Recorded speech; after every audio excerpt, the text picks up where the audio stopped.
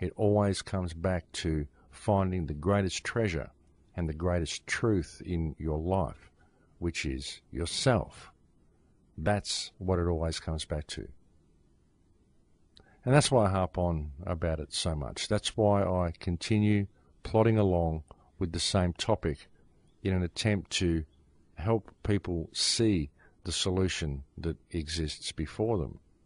You see, we don't have to do what the government says. We only have to do what the government says because we live in a divided community. But if we've built these gardens, if we've broken these barriers down, and we put the whole relationship between ourselves and government back into trust, as I've so often spoken about, then we have the power to stand up to all of the problems that are being created by these governing bodies.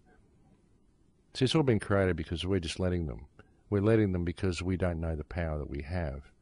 And also because we're not able to exercise the power that we do have even when we know it, not to its fullest potential we're not, because the people around us don't know it, because we live in divided communities. So it always comes back to the same thing. So that's why it's no good looking for salvation from an external source, folks. That's why it's no good thinking anybody's going to save us, because we have to save ourselves.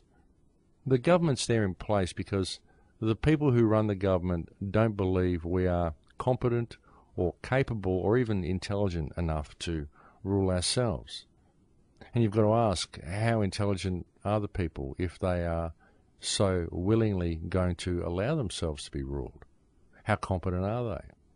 Well, of course, the elite have trained the general population not to be competent, but the information's out there now. There's shows like this. There's many people doing radio shows. There's films, there's movies, there's information all over the internet that are showing people what's going on now. So now we have the information in our hands and we have the opportunity to display our competency.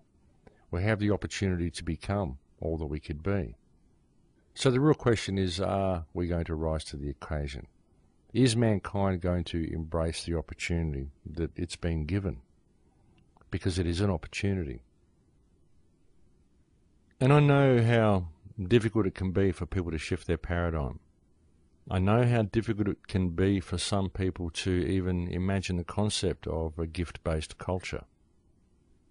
But when we can begin to see each other as valid, it becomes obvious that this is the way things should be done. I don't know how many people out there have read the Anastasia series. Fascinating series of books. There's one book in particular called The Book of Kin. I believe it was the 6th Anastasia book. And in the Book of Kin it talks about the Vedic culture. It talks about how a Vedic wedding would take place, how the young lovers would find each other, how they would decide that they would be married, and how the community would provide for the young couple, and how society basically functioned as this gift-based society. And when you really look at the way life was in Vedic times, it becomes very obvious that that is how humanity should really be living. And if we had access to our higher senses, if we weren't kept locked down in this chemically, electromagnetically induced trance that most of the human race is in, we could achieve great things with such a society as is depicted in Vedic culture. But we've gone down a different path. We've gone down a path of violence and destruction. We've gone down a path where we rape the earth for its minerals and we create weapons of violence from these materials, and we use these weapons to inflict ourselves upon others and inflict ourselves upon the rest of the earth. Some of the weapons of violence that we make may not even be classed as weapons. I would class something such as a drilling rig to be a weapon of violence because of the violence it inflicts upon the earth. And this really is not the type of technology that I believe humanity should be embracing. I think we have access to many higher technologies that we're simply not aware of because of our left brain education, because of our word-based understanding of reality. And there are literally so many things, folks, that keep us locked into this matrix that we believe to be real. but I think there's a lot more going on. Some of the things that I've experienced in meditation have shown me that there is a great deal more going on.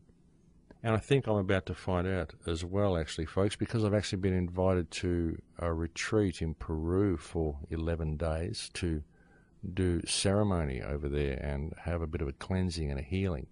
And so I'm sure that will be an interesting experience as well. And again, this has come about in a very, very synchronistic fashion. And I'll tell you a little bit more about that perhaps on next week's show, but I think we're running out of time now. It is getting close to the end of the show. And so I won't launch into a whole new tale at the end of the broadcast. I'll just leave the whole thing until next week. But it has been an extremely synchronistic set of events that has led me to be going to Peru in late July. So I'll be gone for 2 weeks in the beginning of August. So there won't be any shows for the first part of August, I'm afraid, folks, unless I can manage to do a show while I am in Peru. But I'm not sure whether I'll be able to achieve that or not. But I'll keep you posted on that anyway. You never know. You just never know what's going to happen these days in the world. Nothing surprises me anymore, folks. Even this trip to Peru doesn't actually surprise me because of some of the other synchronicities that have been happening in my life. And so like I said, I just throw myself to the whim of the universe and I let it all unfold before me.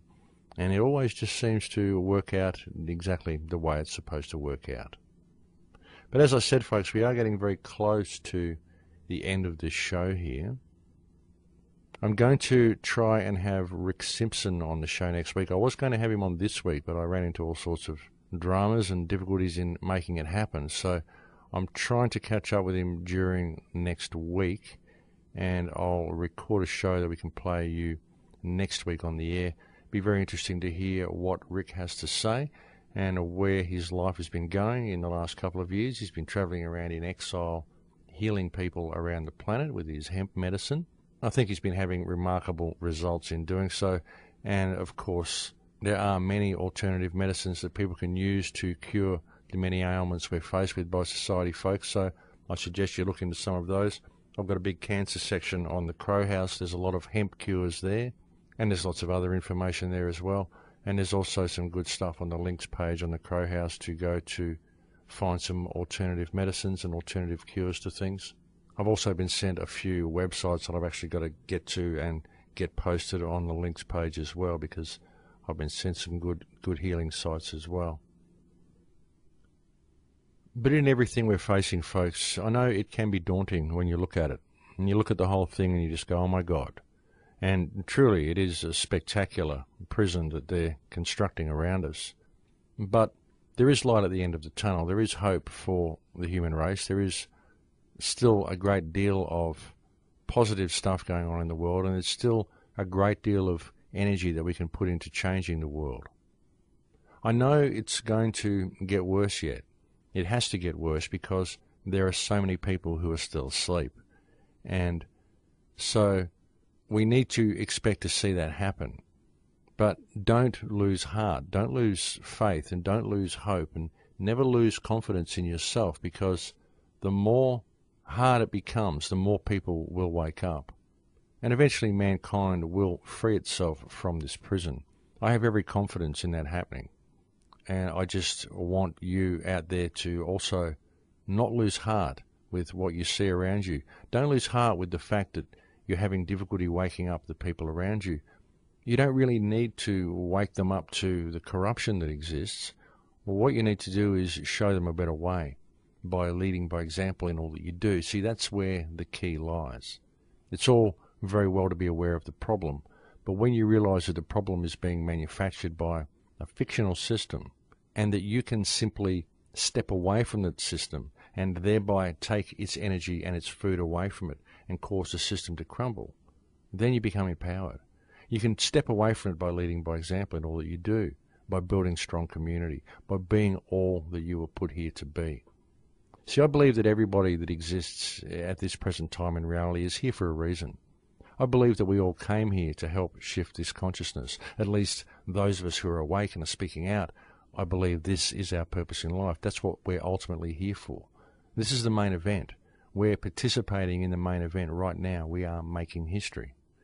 And that is our goal.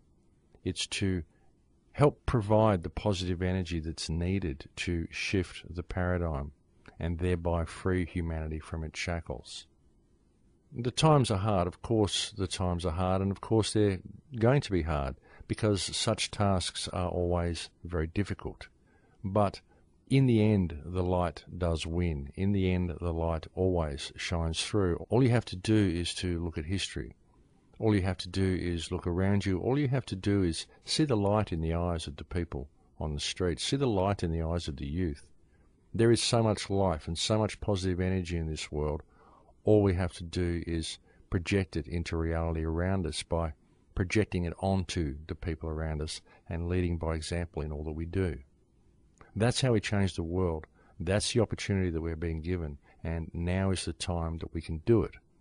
So never lose heart, folks. Always know who and what you are, and always see the light at the end of the tunnel, because it is there, because we're creating it ourselves. It's been a pleasure speaking to you today. Thank you for joining me on the show. But that is it for now. I'm completely out of time. I'll look forward to speaking to you again next week. Please take care until then. In Lakesh.